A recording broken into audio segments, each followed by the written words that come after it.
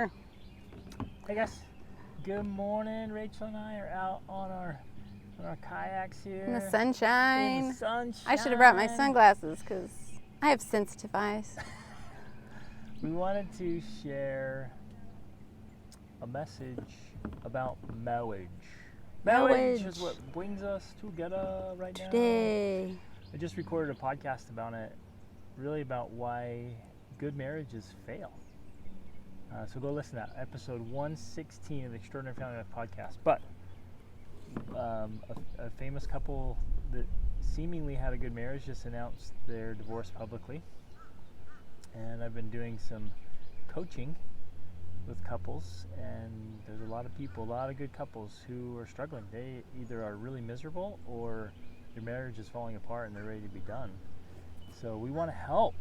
Like, that's our mission. It's our mission, and our message is to help create extraordinary marriages. That's why we created our Extraordinary Marriage course, and help people live extraordinary family lives. Well, I think kind of the point, you're going to zoom right in on me. Whoa. This is like we have features. Camera 1, camera 2.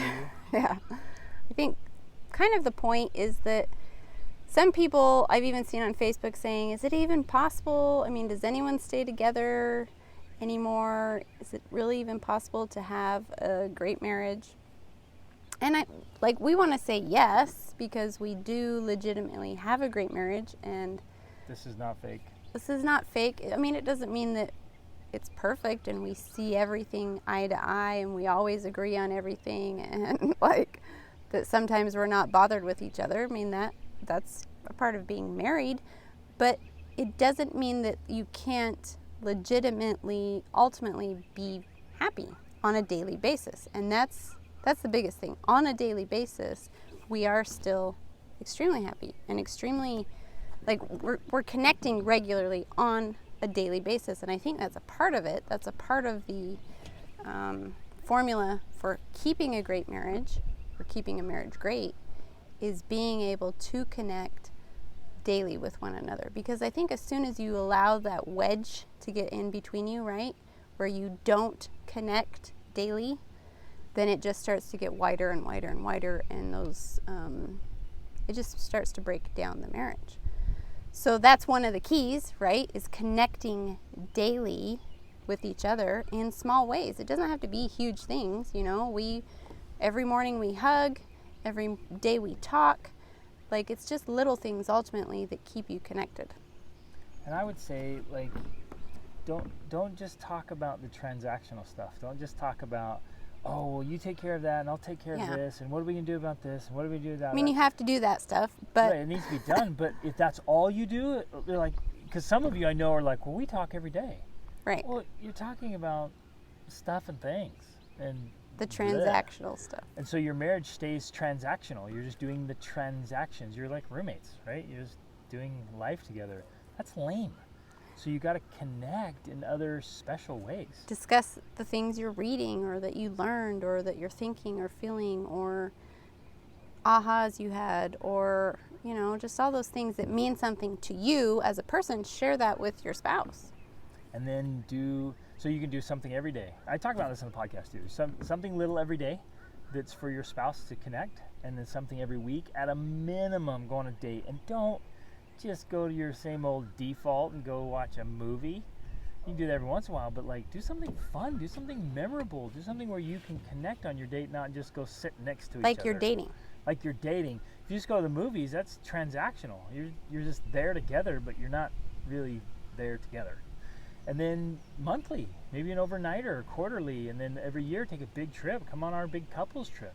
I went to Thailand last time over Valentine's. We still have our eye on Europe for our next couples trip. Ah, yeah. 2021. In what? Venice and Slovenia. Oh. But you guys, our big warning voice is that good marriages with good people will fail if you and I are not more deliberate and intentional. Anything you could let happen by chance, you just leave it to chance, hope it works out. Hope is not a strategy, friends.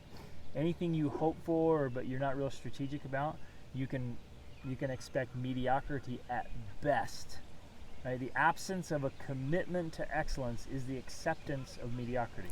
And that applies to multiple areas of your life. You could be committed to excellence in your business or in your personal development, but if you're not committed to excellence in your marriage, then that will suffer. The commitment to excellence has to be made in multiple areas of your life. And you have to keep remaking that, I think. Yeah. You know, you hit a 5-year mark, 7-year mark, a 10-year mark, a 12, 14-year mark on your marriage. It's easy just to get in the rut of things and to get in these patterns of just we're doing the same old grind, just going through life.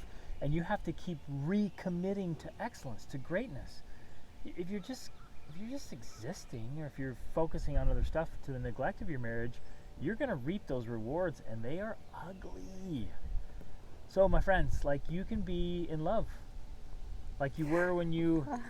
I hope you guys can hear me. I know I'm talking to the camera, but the microphone's over here. I hope I hope you're like, Greg's just, we're doing... And it's probably just wind. Lip reading. But, like, be in love again.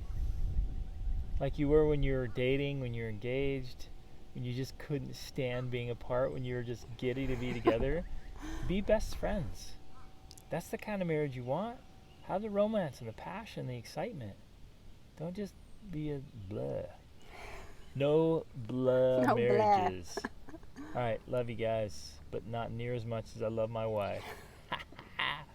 Have an extraordinary day and create your extraordinary marriage. Reach upward.